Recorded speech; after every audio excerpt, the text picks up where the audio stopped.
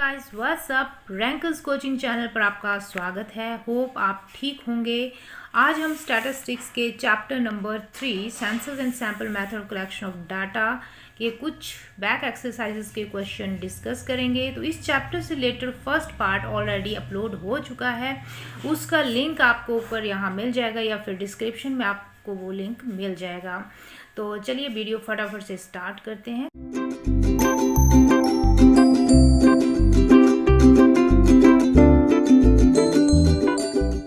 Question number 11 है, explain the procedure of selecting a random sample of 3 students out of 10 in your class by using random number table. Means कि random number table की help से हमें 10 students में से 3 students का sample लेना है। तो अब ये रैंडम नंबर टेबल्स क्या है? रैंडम नंबर टेबल में बहुत सारे रोज़ एंड कॉलम्स में नंबर्स दिए होते हैं। मैंने एक यहाँ पर रो ली है, तो इस तरह से बहुत सारी रोज़ ऐसे नंबर्स की दी होंगी और बहुत सारे कॉलम्स भी रैंडम नंबर टेबल्स में दिए होते हैं। ठीक है, तो उसकी हेल्प से फिर हम सैंपल चूज़ करते हैं। लाइक इस क्वेश्चन में क्या है कि 3 स्टूडेंट्स का सैंपल लेना है आउट ऑफ 10 में से। तो यहाँ पर 1 से लेकर 10 स्टूडेंट्स तक का हमें यहाँ से 3 सैंपल्स निकालने हैं। तो ज़्यादातर क्या है, 1 डिजिट नंबर्स यहाँ पर आ रहे हैं, तो हम 1 डिजिट नंबर की को ध्यान में रखते हुए हम सैंपल यहाँ से चूज़ करेंगे। लाइक ये रैंडम नंबर टेबल है, तो हम एक रो चूज़ कर लेंगे जैसे कि ये है। तो यहाँ से फर्स्ट नंबर 4 है, तो हमने फर्स्ट नंबर ले लिया 4। ठीक है, सेकंड 9 नंबर है, तो हमने 9 नंबर चूज़ कर लिया। अब 0 0 वैल्यू नहीं लेंगे हम। एंड नेक्स्ट है 3, तो आ गया 3। तो इस तरह से 3 सैंपल निकल कर आ गए, 4 9 एंड 3। तो इस तरह से जो नंबर निकल कर आते हैं वो ज़्यादा फेयर होते हैं। यहाँ पर इन्वेस्टिगेटर का पर्सनल वियस यानी कि उसका पर्सनल ओपिनियन कम होता है। ये नेचुरली जो नंबर अपने आप सेलेक्ट होते हैं वो आते हैं इधर। ठीक है, तो ये ज़्यादा साइंटिफिक वे है सैंपल को चूज़ करने का। तो इस तरह से हम रैंडम नंबर टेबल की हेल्प से और भी बहुत सारे नंबर चूज़ कर सकते हैं। ठीक है जी, चलिए नेक्स्ट क्वेश्चन देखते हैं। क्वेश्चन नंबर 12 है, what is meant bye census method and in what conditions is this method used. Census method क्या है और ये कैसे यूज़ किन कंडीशन में इनका यूज़ किया जा सकता है। तो it is a method in which data are collected covering every and each items of the population relating to the problems under investigation। तो सेंसस मेथड में हमें पता है कि हर एक आइटम को डिस्कस किया जाता है, आई मीन की स्टडी किया जाता है। तो सेंसस मेथड में काफ़ी डीप स्टडी हो जाती है उस टॉपिक से रिलेटेड जो हम स्टडी कर रहे हैं, इन्वेस्टिगेट कर रहे हैं। ठीक है, अब इसके यूजेस क्या हो सकते हैं।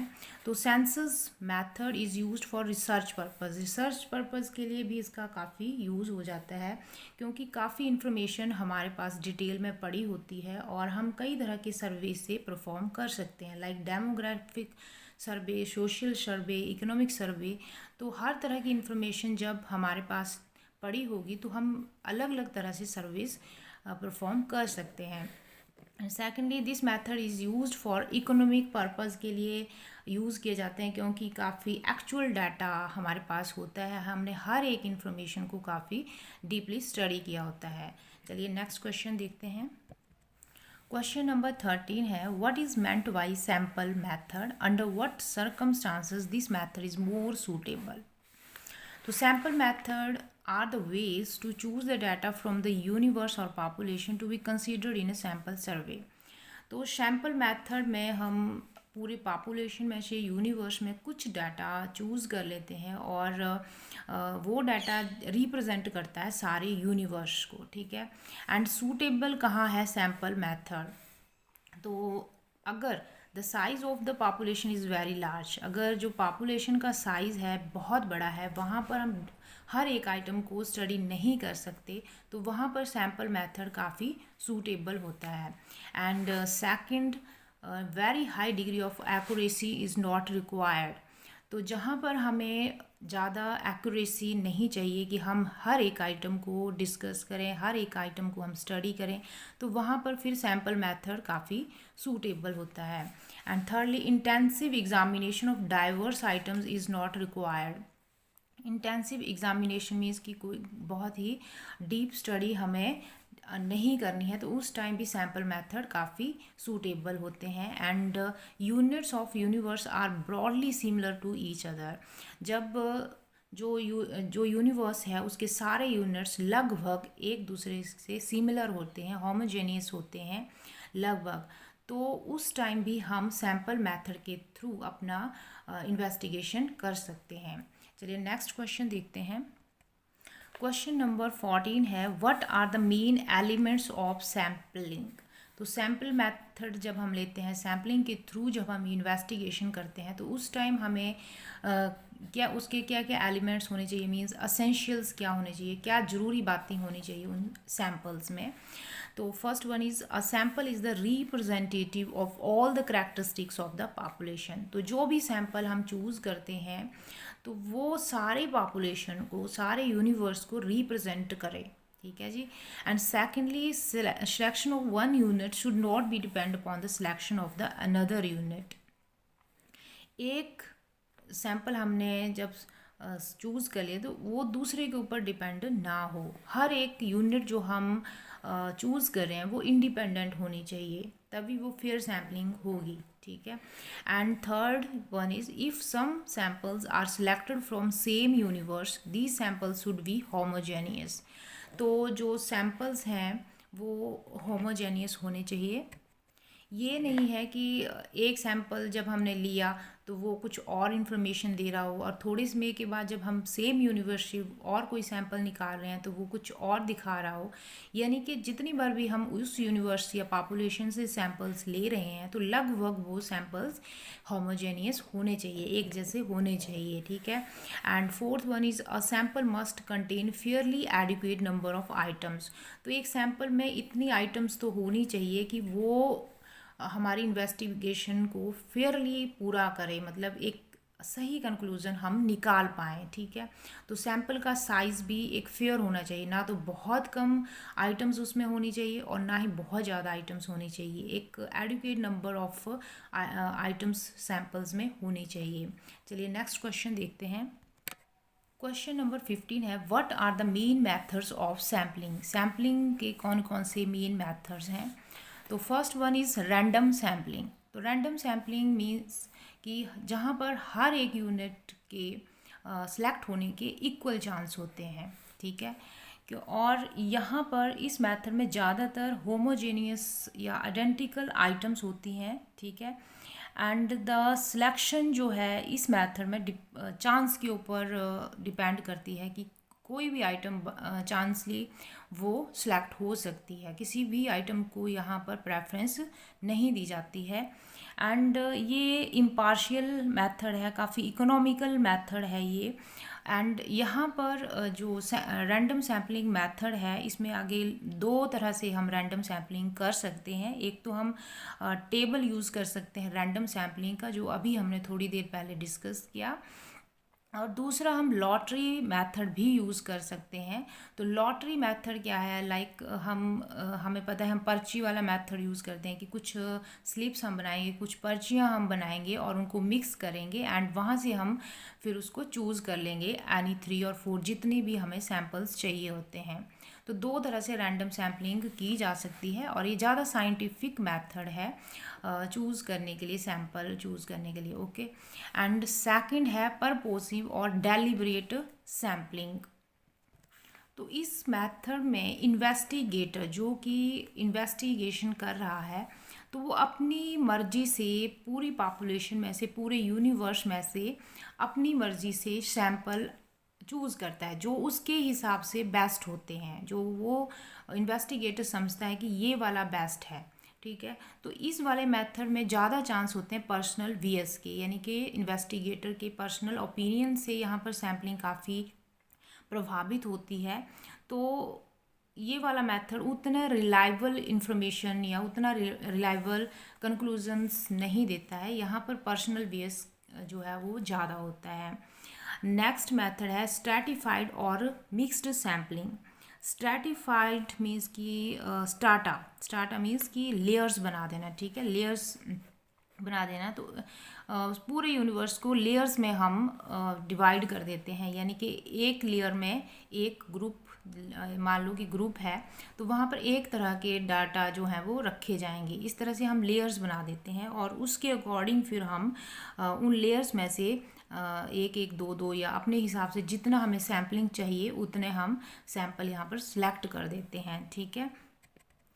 नेक्स्ट मेथड है सिस्टेमैटिक सैम्पलिंग। जैसे कि नाम से ही हमें पता चल रहा है कि एक सिस्टम से सारा का सारा सैम्पलिंग लिया जाता है। तो यहाँ पर डाटा को एक सिस्टम से, यानी कि एक सारे यूनिवर्स को हम अलग अलग ग्रुप में अरेंज कर देते हैं। लाइक न्यूमेरिकली हम अरेंज करेंगे पॉपुलेशन को, या जियोग्राफिकली या अल्फ़ाबेटिकली हम सारे यूनिवर्स को अरेंज करेंगे एंड उसके हिसाब से फिर सैम्पलिंग ली जाती है, ठीक है। हम कैसे उसको अरेंज कर रहे हैं ये डिपेंड्स करता है कि वो डाटा किस तरह का, इंफॉर्मेशन हमारे पास किस तरह की है।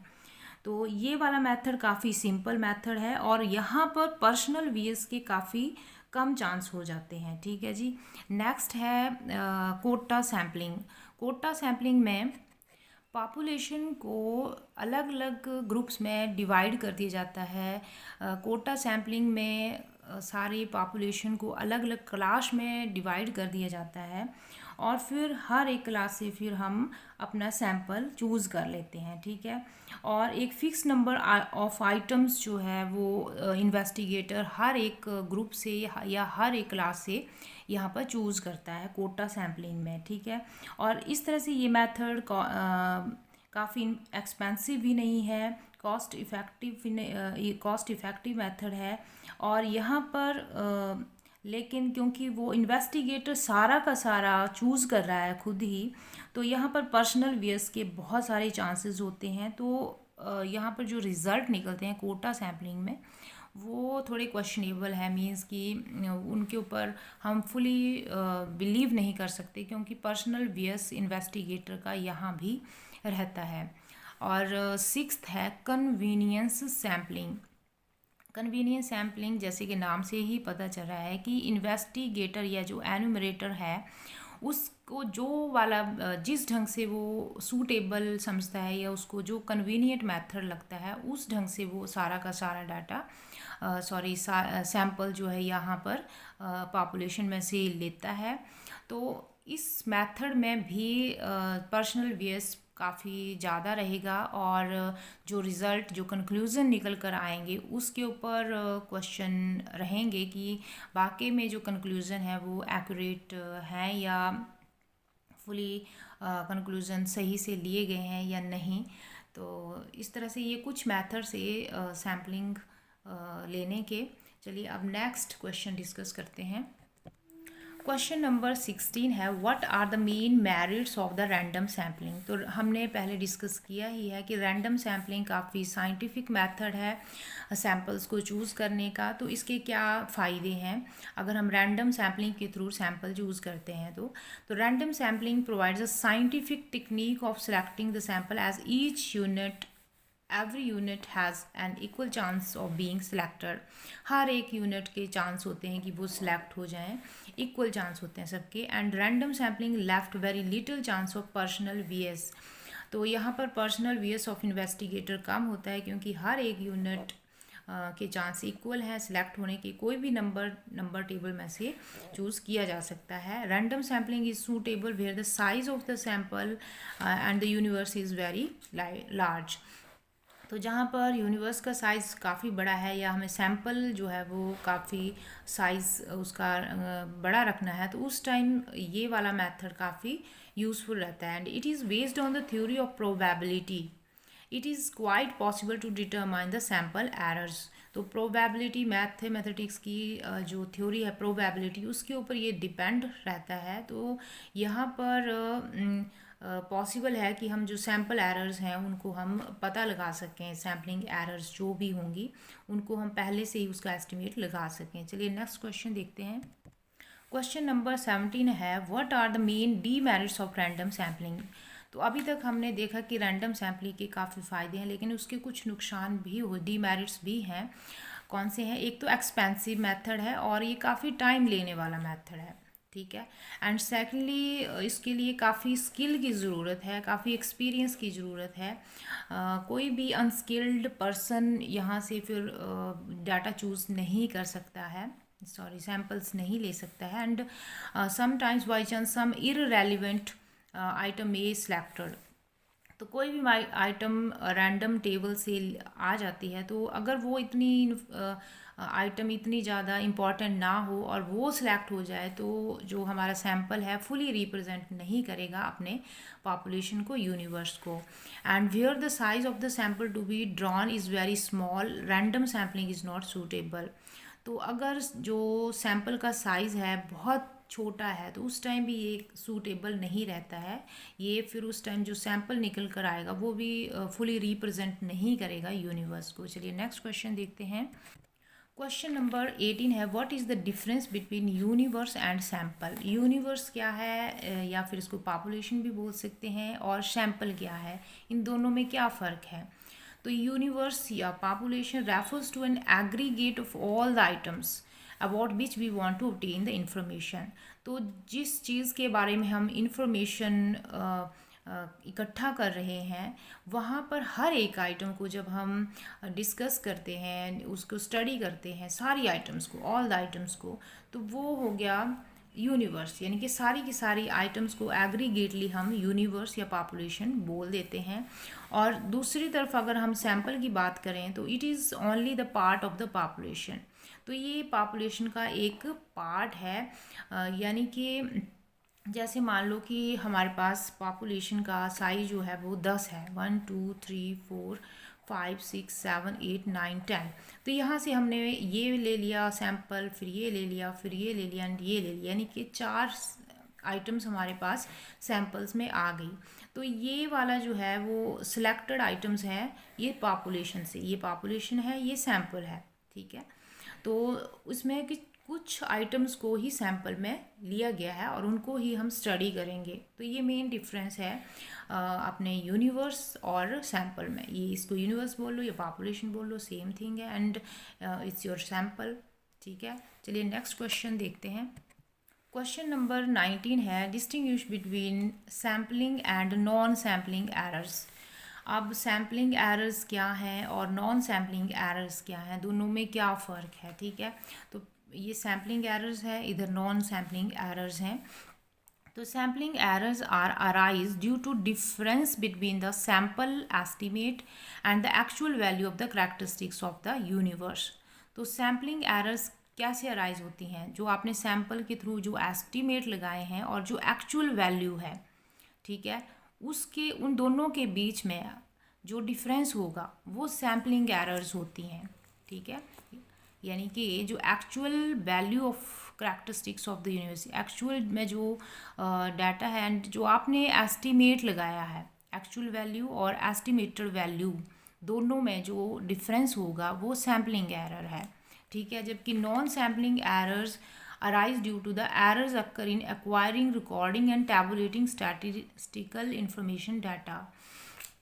तो नॉन सैम्पलिंग एरर्स क्या हुई, जो कि हम जब डाटा इकट्ठा कर रहे हैं उस टाइम हमें गलती लग गई है, या रिकॉर्ड कर रहे हैं उस टाइम हमने कुछ मिस्टेक कर दी है, तो या टैबुलेट कर रहे हैं हम उसको, तो ये स्टैटिकल इन्फॉर्मेशन जो भी डाटा है उसको एक्वायर करती बार, रिकॉर्ड करती बार जो गलतियाँ हो गई वो नॉन सैम्पलिंग एरर है। और इधर हमने देखा कि जो एक्चुअल वैल्यू है और जो हमने एस्टिमेट लगाया है उन दोनों के बीच का डिफरेंस सैम्पलिंग एरर है।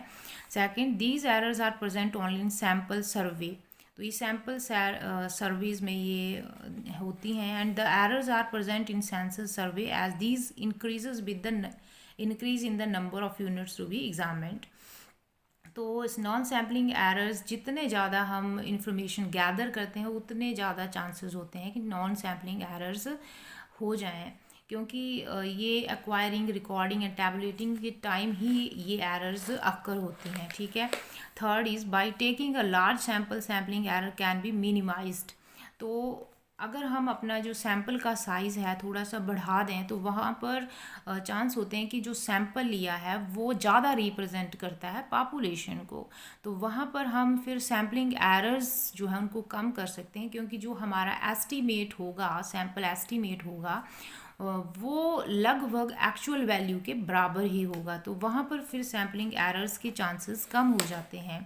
एंड नॉन सैम्पलिंग एरर्स की अगर हम बात करें तो इस these errors can not be minimise even if taking huge sample, तो इनको मिनिमाइज़ करना थोड़ा टफ है, क्योंकि ये ऑटोमेटिकली जब हम कोई डाटा मान लो इकट्ठा कर रहे हैं तो उस टाइम अगर हमें रिस्पोंडेंट ही गलत इन्फॉर्मेशन दे रहा है तो उसको हम कैसे दूर कर सकते हैं, या रिकॉर्डिंग हम कर रहे हैं, रिकॉर्ड करने वाला कोई गलती कर रहा है, तो वहाँ पर चांस कम है कि हम नॉन सैम्पलिंग एरर्स को थोड़ा सा इसको कंट्रोल कर पाएँ, जबकि जो सैम्पलिंग एरर्स है उनको हम अपना जो सैम्पल साइज़ है उसको बढ़ाकर हम इसको कम कर सकते हैं।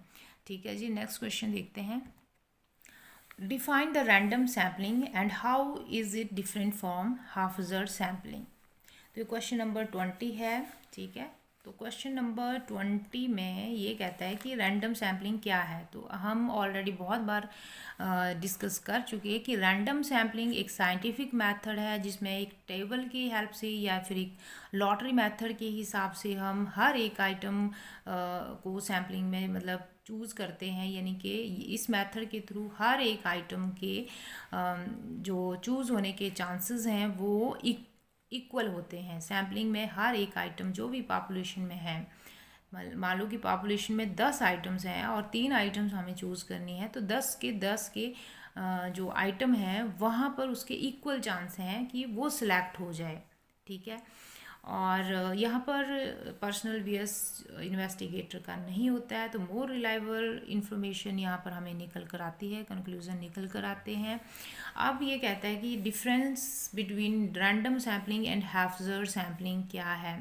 तो हैफजर्ड सैम्पलिंग होती क्या है। हाफाजर्ड सैम्पलिंग मीन्स कि जिसमें कोई रूल्स वगैरह फॉलो हम नहीं करते हैं, जबकि रैंडम सैम्पलिंग में हम एक पूरा का पूरा रैंडम टेबल के थ्रू हम सैम्पलिंग इकट्ठा करते हैं, या जो पर्ची वाला मेथड है, स्लिप मेथड है, वो यूज़ कर सकते हैं, जिसको कि हम लॉटरी मेथड कहते हैं।